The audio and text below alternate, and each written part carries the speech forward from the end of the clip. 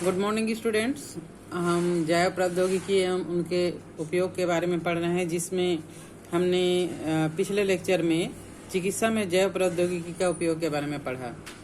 Biotechnological applications in medicines, जिसमें हमने पिछले क्लासेस में इंसुलिन के बारे में, इंटरफेरॉन, मानव वृद्धि हार्मोन्स, टीका या वैक्सीन निर्माण, मोनोक्लोनल एंटीबॉडीज के बारे में जानकारी हासिल की। आज हम इसी क्रम में आगे बढ़ते हैं और पढ़ते हैं जीन चिकित्सा या जीन थेरेपी क्या होता है। तो इस थेरेपी के द्वारा जीन के दोषों को सुधार किया जाता है। जीन तो आप जानते ही हैं, डीएनए में स्थित प्यूरिन और पिरिमिडिन क्षारक का ट्रिपलेट कोड होता है, जिसे जीन कहा जाता है। ये हर एक जीव में एक विशेष क्रम में, निश्चित क्रम में ये डीएनए में स्थित होता है, जिसके द्वारा जीव के शारीरिक और फिजिकली उसका जो कैरेक्टर्स है ना, क्रियात्मक जो होता है, वो सभी उसी के द्वारा निर्धारित किया जाता है।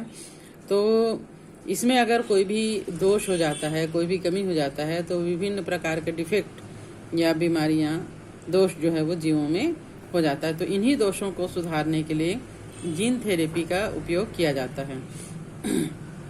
इसमें रोग के उपचार के लिए जीन को व्यक्ति की कोशिकाओं या ऊतक में प्रवेश कराया जाता है, और जीन चिकित्सा में आनुवंशिक दोषावली कोशिकाओं के उपचार के लिए सामान्य जीन को व्यक्ति या भ्रूण में स्थानांतरित किया जाता है। ये स्थानांतरित जीन निष्क्रिय जीन की क्षतिपूर्ति करके उनके कार्यों को संपन्न करते हैं। जीन थेरेपी का सबसे पहले प्रयोग 1990 ईस्वी में एक 4 वर्षीय लड़की में एडिनोसिन डीएमिनेज एडीए की कमी को दूर करने के लिए किया गया था। ये एंजाइम जो है हमारे इम्यून सिस्टम के कार्य के लिए आवश्यक होता है। इन समस्याओं को जो एंजाइम एडीए के लिए जिम्मेदार है, इसके लोप होने के कारण, है ना, डिसअपेयर होने के कारण होता है। कुछ बच्चों में एडीए की कमी का उपचार अस्थि मज्जा के प्रत्यारोपण से होता है, जबकि अन्य बच्चों में एंजाइम प्रतिस्थापन चिकित्सा के द्वारा उपचार किया जाता है, जिसमें सुई के द्वारा रोगी को सक्रिय एडीए दे दिया जाता है। अस्थि मज्जा प्रत्यारोपण और एंजाइम प्रतिस्थापन चिकित्सा की कमी ये है कि ये पूर्णतः रोगनाशक नहीं होता है। जीन चिकित्सा में या जीन थेरेपी में सबसे पहले रोगी के रक्त से लसिकाणु को निकालकर शरीर से बाहर संवर्धन किया जाता है, ग्रो अप किया जाता है। अब इस सक्रिय एडीए का सीडीएनए लसिकाणु लिम्फ में प्रवेश कराकर अंत में रोगी के शरीर में वापस भेज दिया जाता है, इंजेक्ट कर दिया जाता है। ये कोशिकाएं मृत प्राय होती है, इसलिए आनुवंशिक निर्मित लसिकाणुओं को समय समय पर रोगी के शरीर से अलग करने की आवश्यकता होती है। अगर मज्जा कोशिकाओं से अलग किए हुए अच्छे जीनों को प्रारंभिक भ्रूणीय अवस्था की कोशिकाओं से उत्पादित एडीए में प्रवेश करा दिया जाए, तो ये एक परमानेंट ट्रीटमेंट हो सकता है। Next is the antibiotics. Antibiotics क्या होता है, तो आप लोगों ने पहले भी पढ़ा हुआ है ना। ये ऐसे रासायनिक पदार्थ हैं जो सूक्ष्म जीवाणुओं के द्वारा, माइक्रो बैक्टीरिया के द्वारा बनाए जाते हैं। एंटीबायोटिक्स का यूज करके बैक्टीरिया के वृद्धि को रोकने या उनको मारने के लिए इसका उपयोग किया जाता है। और इसके द्वारा जो एंटीबायोटिक्स मुख्य रूप से बायोटेक्नोलॉजी के द्वारा जो बनाया गया है, उनमें से कुछ जो हैं वो हैं पेनिसिलिन क्राइसोजिनम। ये बैक्टीरिया है जिसके द्वारा एंटीबायोटिक्स पेनिसिलिन बनाया गया है। स्ट्रेप्टोमाइसिस ग्रीसियस के द्वारा स्ट्रेप्टोमाइसिन, स्ट्रेप्टोमाइसिस इरिथ्रस के द्वारा इरिथ्रोमाइसिन, स्ट्रेप्टोमाइसिस वेनेजुएली के द्वारा क्लोरोमाइसिटिन, बैसिलस सब्टिलिस के द्वारा सब्टिलिन और बेसिट्रासिन, सिफेलोस्पोरियम के द्वारा सिफेलोस्पोरिन नामक मेडिसिन या एंटीबायोटिक्स अभी तक बनाए गए हैं। नेक्स्ट आता है आणविक निदान, मॉलिक्यूलर डायग्नोसिस क्या होता है। किसी भी रोग या डिसेस के जो प्रभावी उपचार है उसके लिए शुरू में उसका पहचान करना, प्रारंभिक पहचान करना और रोग क्रिया विज्ञान को समझना जरूरी होता है। जनरली रोग का पता लगाने के लिए पैथोलॉजिक टेस्ट करवाया जाता है। पैथोलॉजी में विभिन्न प्रकार के टेस्ट होते हैं जिसमें सीरम का या यूरिन का टेस्ट किया जाता है, ब्लड का टेस्ट किया जाता है।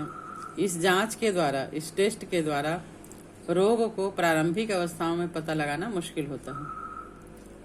जो रिकॉम्बिनेंट डीएनए होता है उसकी प्रौद्योगिकी पॉलीमरेज श्रृंखला अभिक्रिया, पीसीआर और एंजाइम संलग्न प्रतिरक्षा शोषक अमापन या एलाइजा, कुछ ऐसी टेक्नोलॉजी है जिसके द्वारा कोई भी डिसेस की प्रारंभिक पहचान किया जा सकता है। रोगजनक जीवाणु, विषाणु जो होते हैं उनकी उपस्थिति के सामान्यतः तब पता चलता है जब उसके द्वारा उत्पन्न रोग के लक्षण दिखाई देने लगते हैं। यानी ये होस्ट के बॉडी में अपनी संख्या को जब बढ़ा लेते हैं तब उसके द्वारा टॉक्सिन से जो नुकसान जीवों के बॉडी में होता है, मनुष्य के बॉडी में होता है, तब ये पता चल पाता है। उस समय तक रोगजनक की संख्या शरीर में पहले से काफ़ी बढ़ चुकी होती है, ये अपने आप को काफ़ी डेवलप कर चुके होते हैं।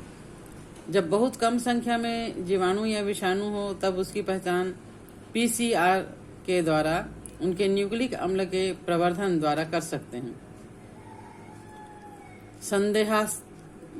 संदेहात्मक एड्स रोगियों में एचआईवी की पहचान के लिए पीसीआर आजकल सामान्य रूप से उपयोग में लाया जा रहा है और इसका उपयोग संदेहात्मक कैंसर रोगियों के जीन में होने वाले जो म्यूटेशंस है या उत्परिवर्तन है उसका पता लगाने में भी किया जा रहा है। ये एक उपयोगी टेक्नोलॉजी है जिसके द्वारा बहुत सारे दूसरे आनुवांशिक दोष की पहचान की जा सकती है। डीएनए या आरएनए की एकल श्रृंखला में एक एकल विकिरण सक्रिय अणु जुड़ जाती है और कोशिकाओं के क्लोन में अपने पूरक डीएनए से संक्रमित हो जाते हैं, जिसको बाद में ऑटो रेडियोग्राफी के द्वारा पहचान किया जाता है। क्लोन जिसमें उत्परिवर्तन जीन मिलते हैं छायाचित्र पटल पर दिखाई नहीं देते हैं क्योंकि प्रोब संपरीक्षित तथा उत्परिवर्तित जीन आपस में एक दूसरे के पूरक नहीं होते हैं।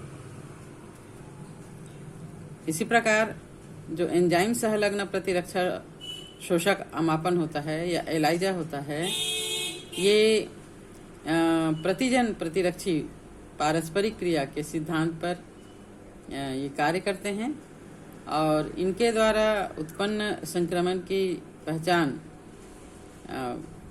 एंटीजन जैसे प्रोटीन जन है, लाइकोप्रोटीन्स है ना, इनकी उपस्थिति या रोग जनकों के विरुद्ध संश्लेषित एंटीबॉडीज एंटीजन की पहचान के आधार पर किया जाता है।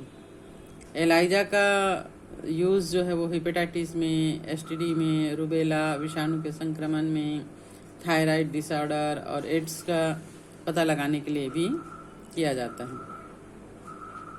रोगजनक सूक्ष्म जीवों की पहचान के लिए हाइब्रिडोमा टेक्नोलॉजी का उपयोग मोनोक्लोनल एंटीबॉडीज़ के निर्माण के लिए, प्रोडक्शन के लिए किया जा रहा है।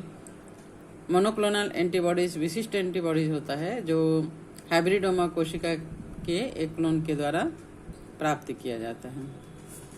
तो आज हम इतना ही पढ़ेंगे। नेक्स्ट डे हम पढ़ेंगे परजीवी जंतु के बारे में।